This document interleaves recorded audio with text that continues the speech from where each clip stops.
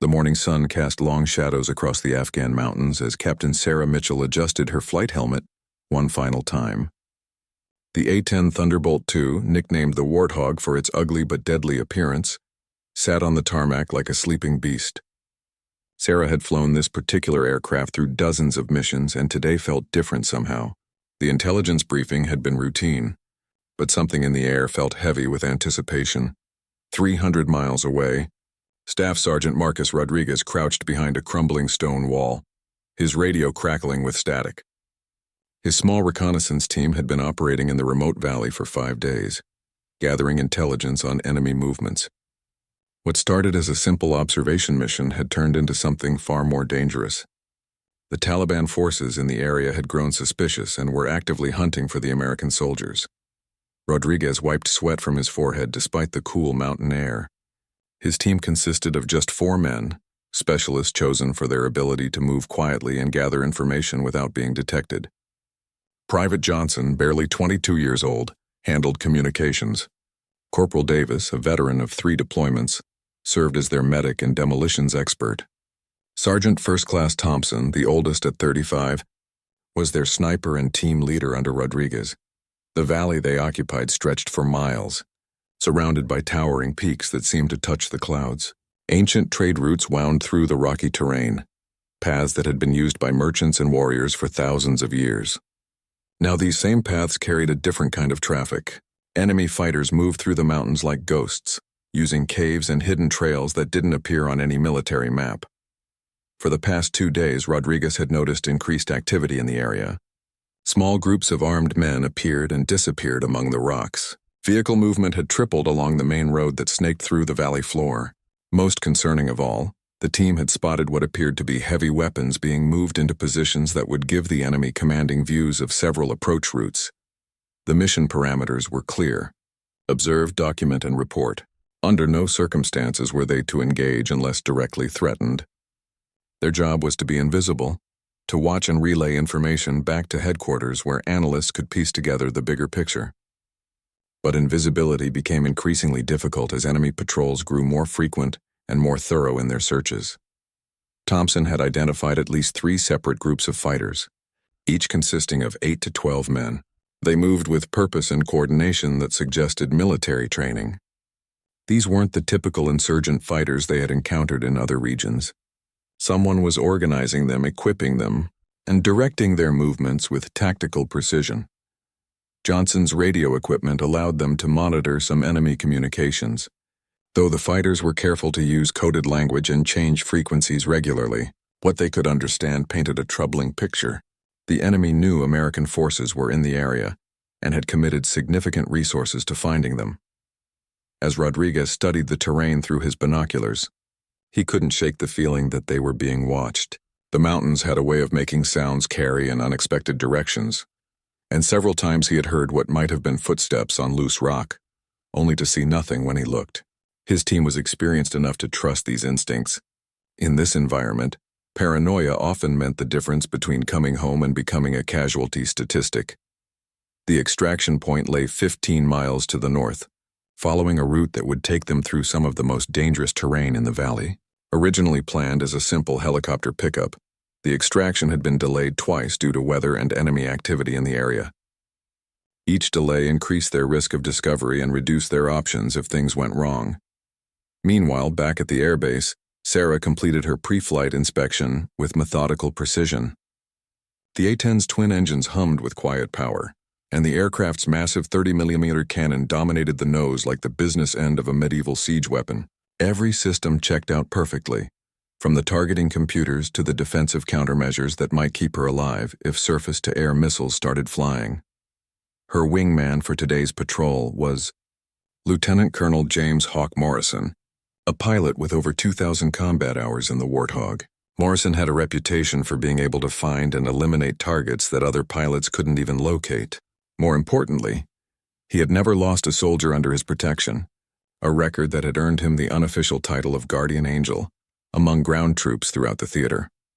The flight plan called for a routine patrol of the border region, but both pilots knew that routine patrols often became anything but routine in this part of the world.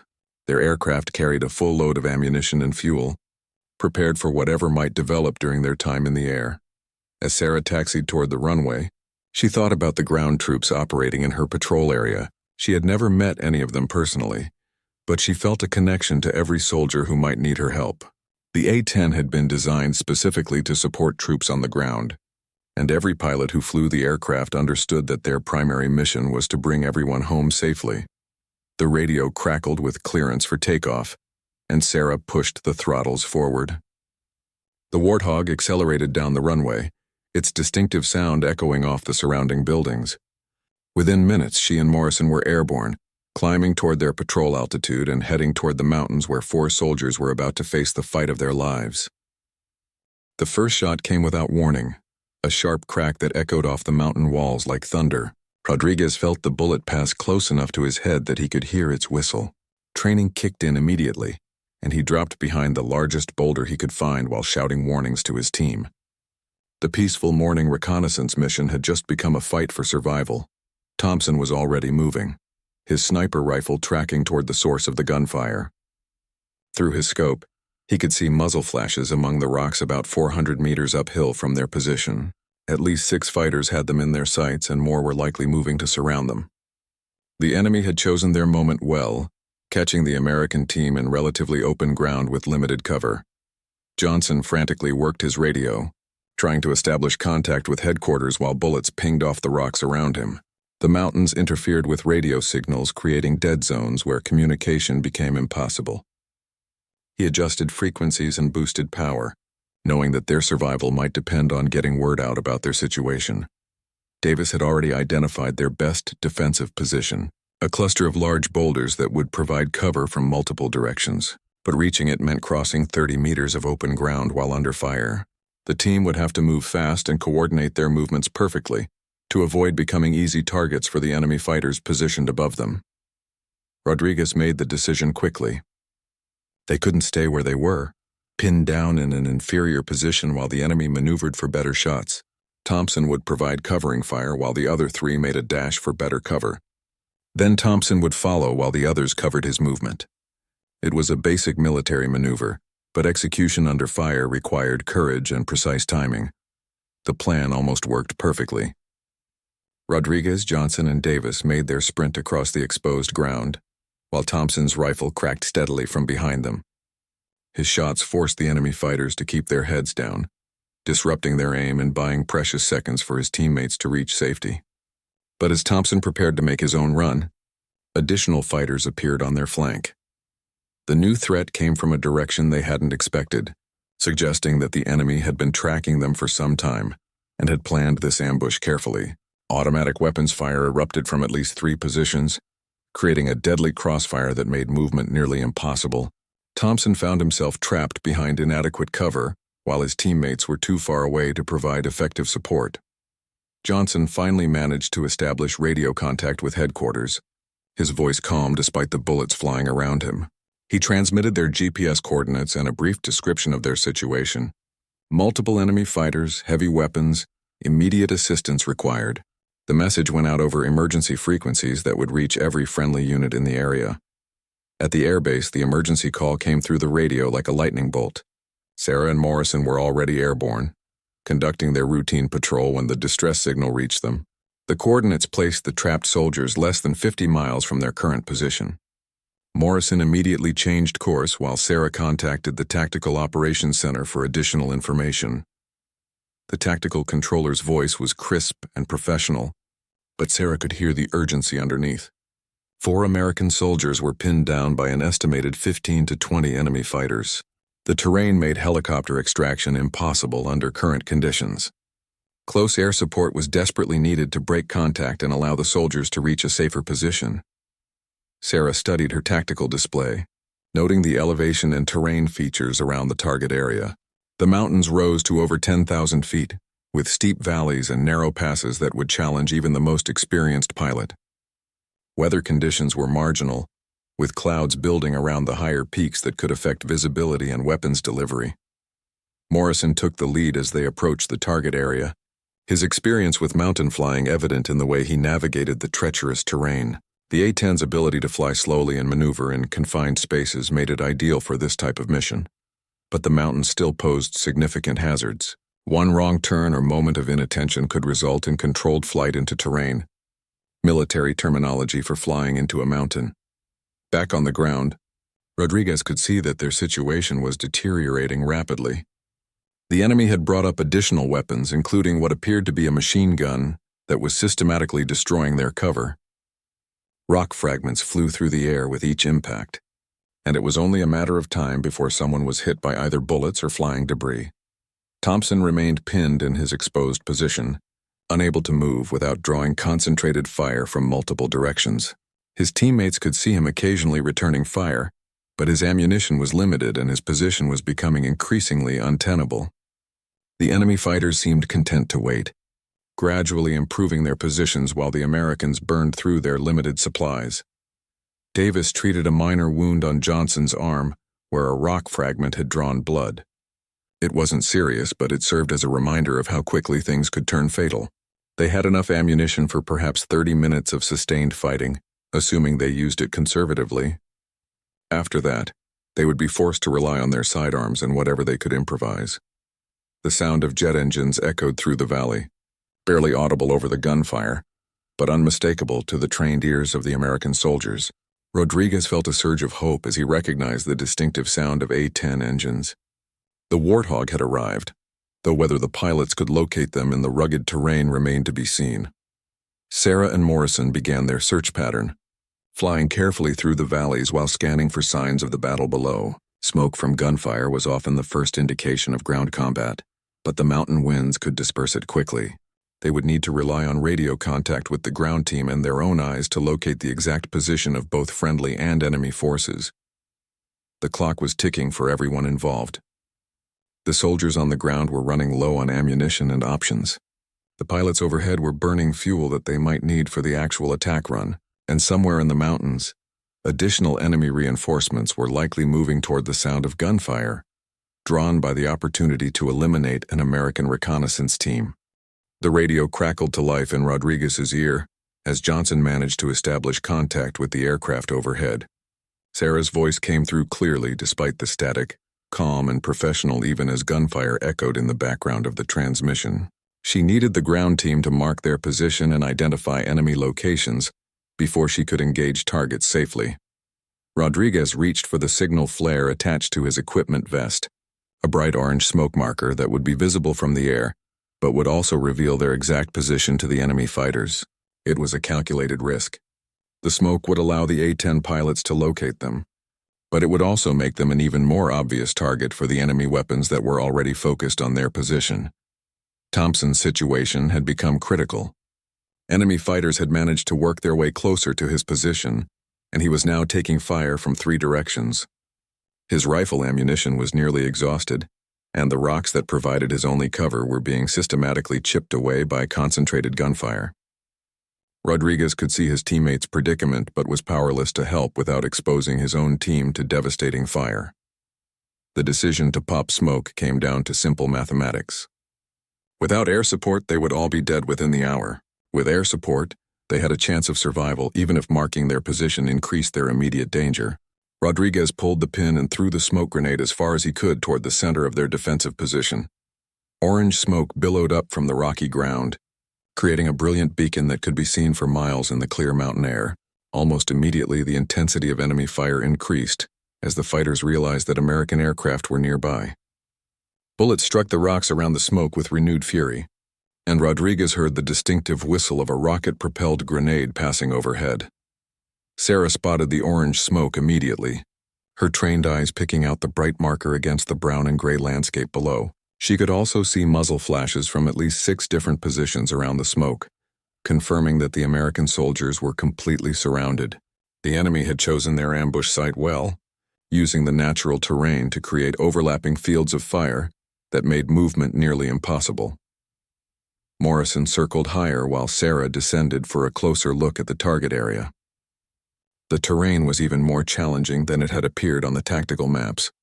Steep ridges and narrow valleys created wind currents that could affect weapons accuracy, and the proximity of friendly forces to enemy positions would require extremely precise targeting to avoid fratricide. The tactical situation on the ground was clear, but complex. The American team was positioned in a small depression surrounded by higher ground, classic military terrain that favored the defenders. The enemy had occupied positions on 3 sides, creating a horseshoe-shaped kill zone that left only one direction open. Unfortunately, that direction led toward a cliff face that offered no escape route. Rodriguez's radio crackled again as Sarah requested more specific target information. She needed to know the exact positions of the enemy fighters relative to the friendly forces, along with the types of weapons they were facing. The information would help her choose the right ammunition and attack angle to maximize effectiveness, while minimizing risk to the soldiers below. Johnson, despite the bullets flying around his position, methodically provided the requested information. Machine gun position on the ridge to the north, approximately 200 meters from friendly forces. Rifle positions scattered along the eastern slope, ranging from 150 to 300 meters away. Additional fighters with automatic weapons on the southern approach. Distance approximately 100 meters.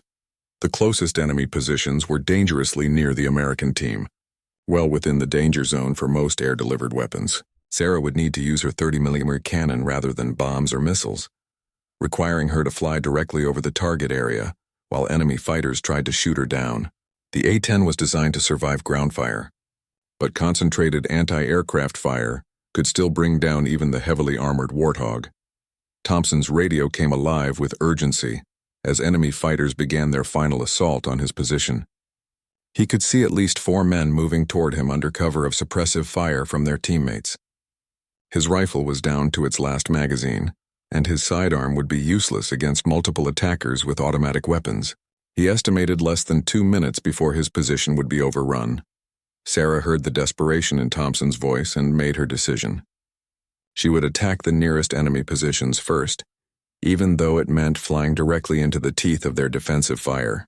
Morrison would follow immediately behind her, targeting any positions she missed on her first pass. It was a dangerous plan that required split-second timing and absolute precision.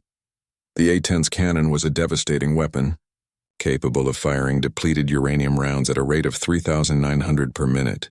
Each round was designed to penetrate armored vehicles, making them incredibly effective against personnel hiding behind rocks or in light fortifications. But the cannon's accuracy depended on the pilot's ability to hold the aircraft steady during the firing run, a challenging task when flying through mountain valleys while under fire. Rodriguez watched as the first A-10 began its attack run, the aircraft appearing suddenly around a mountain ridge like an avenging angel. The Warthog's distinctive profile was unmistakable, with its straight wings and twin engines mounted high on the fuselage. To the soldiers on the ground, it was the most beautiful sight they had ever seen. Sarah lined up her approach carefully, using the natural terrain to mask her aircraft until the last possible moment. The enemy fighters had no warning until the Warthog appeared directly overhead, its cannon already spitting fire toward their positions. The sound was unmistakable, a deep buzzing roar that seemed to shake the very mountains. The first burst of cannon fire struck the machine gun position on the northern ridge with devastating accuracy. The heavy weapon that had been tearing apart the Americans' cover simply disappeared in a cloud of dust and debris. The crew members who had been operating it were no longer a threat to anyone. But the remaining enemy fighters immediately shifted their fire toward the attacking aircraft, filling the air around Sarah's A-10 with tracer rounds and small arms fire. She could hear bullets striking her aircraft's armored skin, a metallic drumming sound that confirmed the enemy was tracking her movement and adjusting their aim. The mountain winds created turbulence that made precise aiming difficult, and Sarah had to fight to keep her aircraft steady during the firing run. One moment of lost concentration could send her crashing into the rocky slopes that rose on both sides of her flight path. The margin for error was measured in feet rather than the hundreds of yards that provided safety during attacks over open terrain. Morrison was already beginning his own attack run as Sarah climbed away from the target area. He had watched her approach and noted where the heaviest return fire was coming from, adjusting his own attack angle to avoid the most dangerous enemy positions while still providing effective support to the trapped soldiers below. Morrison's cannon fire walked across the eastern slope like deadly thunder, each burst precisely placed to eliminate enemy positions while avoiding the friendly forces below. His years of experience showed in the way he adjusted for wind and terrain, compensating for the challenging conditions that made accurate fire so difficult in the mountains. 3 more enemy positions went silent under his devastating attack. The immediate effect on the ground was dramatic. The overwhelming firepower that had pinned down the American team suddenly diminished as enemy fighters either fled their positions or were eliminated by the cannon fire. Thompson seized the opportunity to move, sprinting from his exposed position toward better cover while the remaining enemies kept their heads down. But the relief was temporary. Rodriguez could see additional fighters moving through the rocks, reinforcements that had been drawn by the sound of battle. The enemy had more personnel in the area than intelligence had suggested, and they were regrouping for another assault. The A-10s had bought precious time, but the fight was far from over. Sarah climbed to a higher altitude where she could observe the entire battle area while planning her next attack run. From her vantage point, she could see the tactical situation clearly. The enemy had been hurt by the initial strikes, but they still outnumbered the American ground team and held superior positions.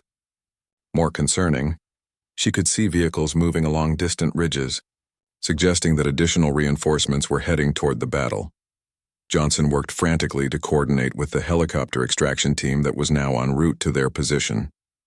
The original landing zone was no longer viable due to enemy activity, and they needed to identify an alternative site where the aircraft could safely pick up the reconnaissance team. The terrain limited their options, and every potential landing zone seemed to be under observation by enemy forces. The fuel gauges in both A-10s were beginning to show the cost of their extended time in the target area. Mountain flying consumed fuel at a higher rate than operations over flat terrain, and the multiple attack runs had further reduced their available flight time. Sarah calculated that they had perhaps 20 minutes before they would need to break off and return to base for refueling. Rodriguez understood the time pressure and began moving his team toward a more defensible position that might also serve as an extraction point. The movement was dangerous, requiring them to cross open ground while enemy fighters still occupied several positions around them. But staying in their current location was no longer an option with reinforcements approaching. The team moved in tactical formation, with Davis and Johnson providing covering fire, while Rodriguez and Thompson advanced by short rushes between available cover. The enemy responded immediately, directing concentrated fire at the moving Americans. Bullets struck the rocks around them with sharp cracks that echoed through the valley. Morrison dove toward the remaining enemy positions, his cannon fire suppressing their ability to track the moving soldiers effectively. The psychological effect of the A-10's attack was as important as the physical damage it caused. Enemy fighters who might have maintained accurate fire while facing only small arms were forced to take cover when 30mm rounds began exploding around their positions. Thompson took a bullet through his left shoulder during the movement, the impact spinning him around and dropping him behind a boulder. Davis immediately moved to assist him, applying field dressings while determining the extent of the injury. The wound was serious but not immediately life-threatening, though Thompson's ability to fight effectively was significantly reduced. Sarah watched the ground team's movement through her targeting system, noting their progress toward what appeared to be a more defensible position. She could also see enemy fighters attempting to flank the Americans, using terrain features to conceal their movement while working their way into positions for another assault. The radio crackled with an update from the extraction helicopter. The aircraft was 15 minutes out, but needed a secure landing zone that could accommodate its size and approach requirements. The pilot also reported seeing additional enemy vehicles moving toward the battle area, confirming Sarah's earlier observations about reinforcements. Rodriguez identified a flat area about 300 meters from their current position that might work for helicopter extraction. But reaching it would require crossing the most exposed ground yet, and enemy fighters were already moving to cut off their route. The window of opportunity was closing rapidly. Morrison made another attack run, this time targeting the enemy fighters who were attempting to block the Americans' route to the potential landing zone. His cannon fire was devastatingly accurate, eliminating several positions and forcing the others to seek better cover. But return fire from the remaining enemies was becoming more coordinated and accurate. Sarah felt her aircraft shudder as several rounds struck the fuselage near her position. The A-10's armor protected her from serious damage, but the hit served as a reminder that the enemy had weapons capable of bringing down her aircraft if they managed enough concentrated fire. She adjusted her attack patterns to make herself a more difficult target. The tactical situation was reaching a critical point. The American ground team was running low on ammunition and had one wounded member who would need assistance to move. The extraction helicopter was approaching, but couldn't land until the immediate area was secured. The A-10s were low on fuel and facing increasingly effective ground fire. Rodriguez made the difficult decision to leave most of their equipment behind, taking only essential items and weapons for the final movement to the landing zone. Speed and mobility were now more important than being fully equipped. They would have to rely on the A-10s to suppress enemy fire, long enough for them to reach the extraction point.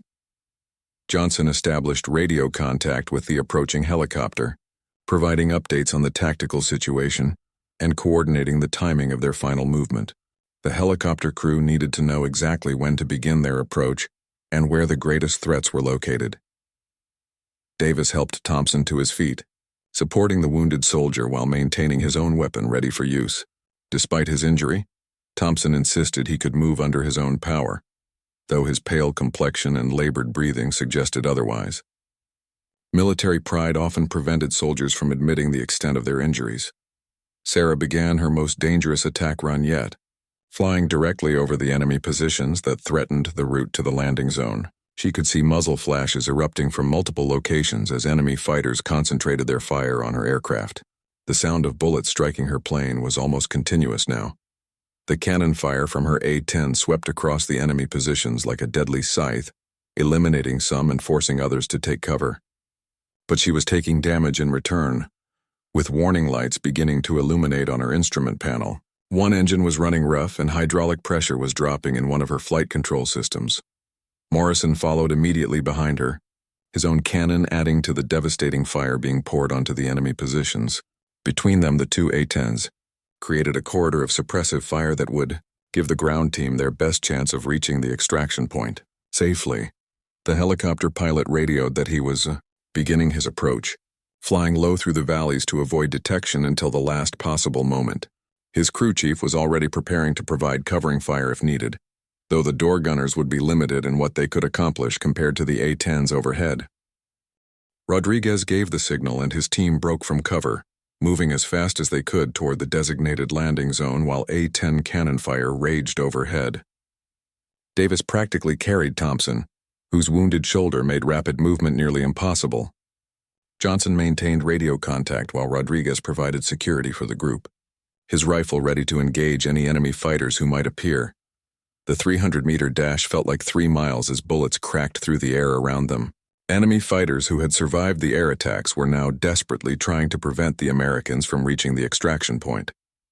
Automatic weapons fire swept across their path, forcing them to zigzag between rocks and take cover. Whenever the fire became too intense, Sarah's damaged A-10 was becoming increasingly difficult to control as hydraulic fluid leaked from punctured lines and her engine continued to run rough. Warning alarms sounded in her cockpit, but she ignored them while continuing to provide covering fire for the soldiers below. The mission was more important than her personal safety, and she would keep fighting until her aircraft could no longer fly. Halfway to the landing zone, Johnson stumbled and fell as a bullet grazed his leg. Rodriguez immediately stopped to help him while Davis continued supporting Thompson. They were now completely exposed in open ground with enemy fighters closing in from multiple directions. The situation appeared hopeless until Morrison's cannon fire erupted just meters away from advancing enemy fighters. The helicopter pilot could see the running soldiers and began his final approach, coming in fast and low to minimize his exposure time on the ground. His crew chief had the side door open and was scanning for threats while preparing to help the wounded soldiers aboard. The aircraft's rotors created a dust storm that reduced visibility, but also provided some concealment.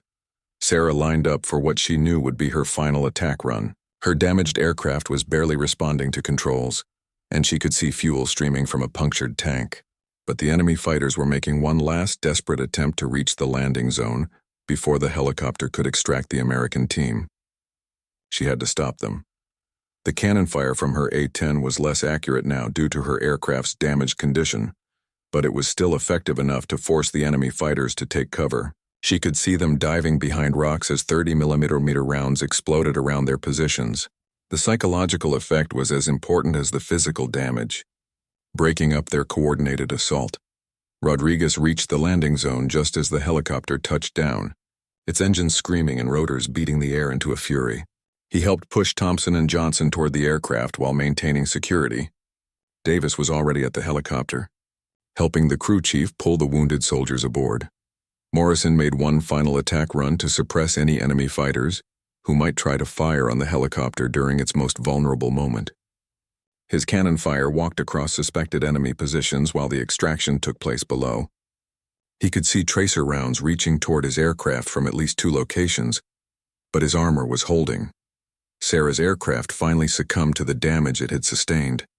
Her engine seized completely and hydraulic failure made the controls nearly useless. She was losing altitude rapidly and would need to find a place to crash land before her aircraft became completely uncontrollable. The nearest friendly base was still 50 miles away, an impossible distance for her crippled aircraft. Rodriguez was the last man to board the helicopter, diving through the door as the pilot began his takeoff. Enemy fighters appeared on the ridges around the landing zone, firing desperately at the departing aircraft. Bullets struck the helicopter's fuselage, but none hit anything vital. Within seconds, they were climbing away from the valley and the deadly ambush. The helicopter crew chief immediately began treating Thompson's shoulder wound while Johnson's leg injury was assessed. Both soldiers would survive, though Thompson would need surgery to repair the damage to his shoulder. Davis and Rodriguez were uninjured, but exhausted from the intense firefight that had lasted nearly 3 hours. Sarah fought to keep her damaged A-10 airborne long enough to reach friendly territory. Morrison stayed with her, providing navigation assistance and emotional support as she struggled with the failing aircraft. Every mile gained was a victory, though both pilots knew that a crash landing was inevitable. The engine finally quit completely as they crossed into friendly airspace, leaving Sarah flying a 20-ton glider through mountain terrain. Morrison guided her toward a relatively flat valley, where she might have a chance of surviving the impact. Emergency rescue teams were already scrambling from the nearest base. Sarah managed to keep her aircraft level until the last possible moment, using her remaining altitude to reach the flattest ground available. The A-10 struck the earth with tremendous force, bouncing twice before sliding to a stop in a cloud of dust and debris. The aircraft was a total loss, but Sarah walked away with only minor injuries. Morrison circled overhead until he saw Sarah moving away from her wrecked aircraft, confirming that she had survived the crash. Emergency helicopters were already approaching her position, guided by her emergency beacon and Morrison's radio calls. She would be flying again within weeks, though in a different aircraft. The helicopter carrying the rescued reconnaissance team reached friendly territory without further incident. Medical personnel were waiting at the landing zone to treat the wounded soldiers, while intelligence officers prepared to debrief them about their observations. The information they had gathered would prove valuable for future operations in the region. Rodriguez looked back toward the mountains as they flew toward safety, thinking about the pilots who had risked everything to save his team. He had never seen their faces, but their voices on the radio had been the most welcome sounds he had ever heard. The debt they owed could never be fully repaid. The enemy fighters in the valley were left to count their losses and wonder how 4 American soldiers had managed to escape what should have been a perfect ambush.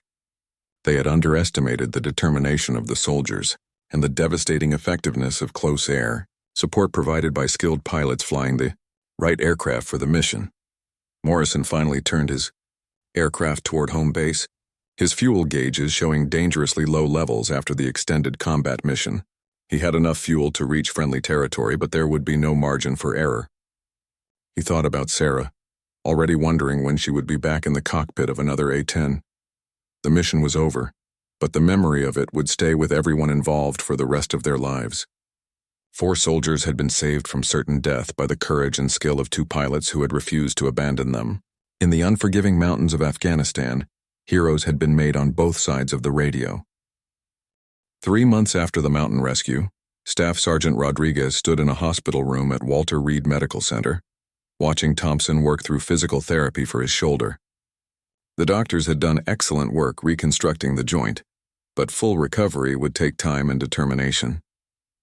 Thompson attacked his rehabilitation with the same intensity he had brought to combat operations. Johnson had recovered completely from his leg wound and was already back on active duty with a new unit.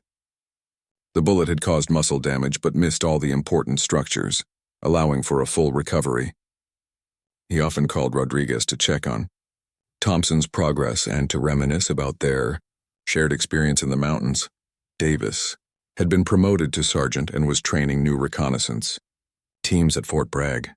His experience in Afghanistan had made him a valuable instructor, someone who could teach theoretical tactics and also explain what combat actually felt like.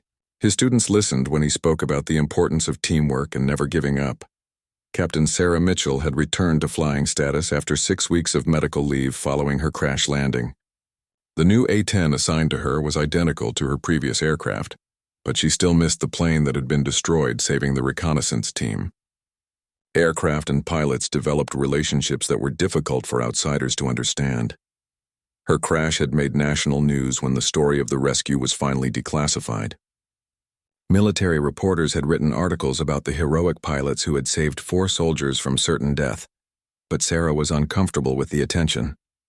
She had simply done her job, the same job that hundreds of other A-10 pilots performed every day around the world. Lieutenant Colonel Morrison had been awarded the Distinguished Flying Cross for his actions during the rescue mission. The citation praised his courage and skill in providing close air support under extremely dangerous conditions. He kept the medal in his desk drawer, more proud of the fact that all 4 soldiers had come home alive. The mission had also resulted in significant intelligence about enemy operations in the region.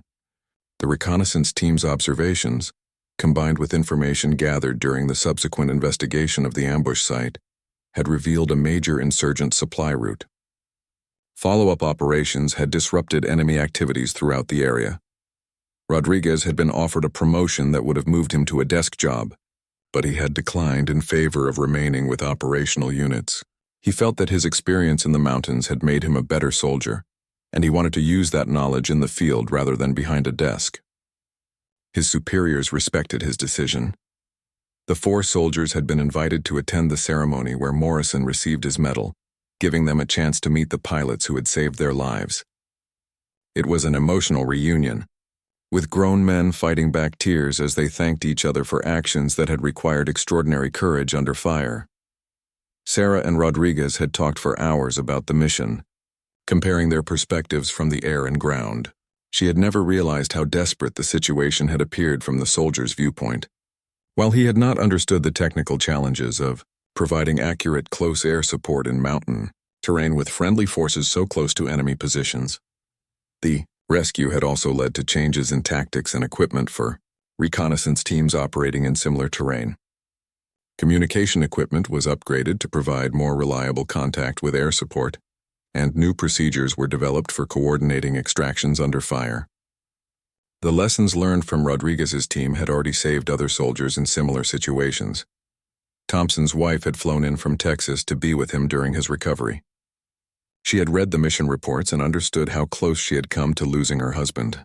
The 2 pilots who had saved him would always be welcome in their home, standing invitations that Sarah and Morrison had promised to accept once Thompson was fully recovered. The enemy fighters who had survived the mountain battle had learned their own lessons about American determination and firepower. Intelligence reports suggested that they had become much more cautious about engaging small American units, knowing that devastating air support was never far away. The psychological impact of the rescue extended far beyond the immediate participants. Rodriguez often found himself looking up when he heard aircraft overhead, wondering if Sarah or Morrison might be flying overhead. The bond forged in combat was unlike anything else in military service, connecting people who might never have met under normal circumstances but who had shared life and death moments that would never be forgotten. Sarah had requested assignment to the same theater where the rescue had taken place, wanting to continue providing support to ground troops who face similar dangers every day. Her commanders had approved the request, recognizing that her experience made her especially valuable for close air support missions in challenging terrain. Morrison was nearing retirement after 24 years of military service, but the mountain rescue had reminded him why he had become a pilot in the first place. He had submitted paperwork to extend his service for another 3 years, citing his desire to continue flying missions that made a difference in the lives of soldiers on the ground. The four soldiers had made a pact to stay in touch regardless of where their military careers took them. They met annually on the anniversary of the rescue, sharing stories and updates about their families and careers. The shared experience had created a brotherhood that would last for the rest of their lives. Davis had married his longtime girlfriend shortly after returning from Afghanistan. The close call in the mountains had made him realize that life was too short to wait for the perfect moment. His wedding photos included pictures with Rodriguez, Thompson, and Johnson, all wearing their dress uniforms and looking remarkably different from the dirty, exhausted soldiers who had fought for their lives in the mountains. The crash site where Sarah's A-10 had gone down had been cleared and investigated by recovery teams. Pieces of the aircraft were shipped back to the United States for analysis, helping engineers understand how the plane had continued flying despite extensive battle damage. The information would be used to improve future aircraft designs. Morrison still flew regular missions, but none had matched the intensity and importance of the mountain rescue. He often told younger pilots about the mission, emphasizing the importance of never giving up when soldiers on the ground were counting on air support. His stories had become legendary among A-10 pilots throughout the Air Force. Rodriguez had been invited to speak at military academies about leadership under extreme pressure. His account of the mission focused on the importance of training, teamwork, and maintaining hope even when situations appeared hopeless. Cadets listened intently to his descriptions of combat and the bonds formed between soldiers who had faced death together. 2 years after the rescue, all 6 participants received invitations to attend a ceremony at the Pentagon, where the mission was recognized as an outstanding example of joint operations between air and ground forces. The event brought them together again, older and wiser but still connected by their shared experience in the Afghan mountains. Sarah had been promoted to major and was commanding her own flight of A-10s.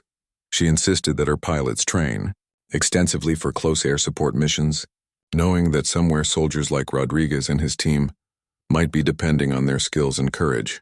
The legacy of the mountain rescue lived on in every mission her squadron flew. The story of the rescue had been told and retold throughout the military, becoming part of the unofficial history that connected generations of soldiers and pilots. Young airmen learned about the mission during their training, understanding that they might someday face similar challenges that would require the same courage and determination. In quiet moments, each participant sometimes returned mentally to that mountain valley, where everything had hung in the balance. They remembered the fear, the determination, and the overwhelming relief when the helicopter had finally carried them to safety. Most of all, they remembered that none of them had given up, and that their refusal to surrender had made all the difference. The mountains of Afghanistan continued to challenge American forces, but the story of 4 soldiers and 2 pilots had become a source of inspiration for everyone who served there. When situations seemed impossible and hope appeared lost, someone would inevitably mention the day when the Warthog's Valkyrie had descended from the sky to save those who could not save themselves.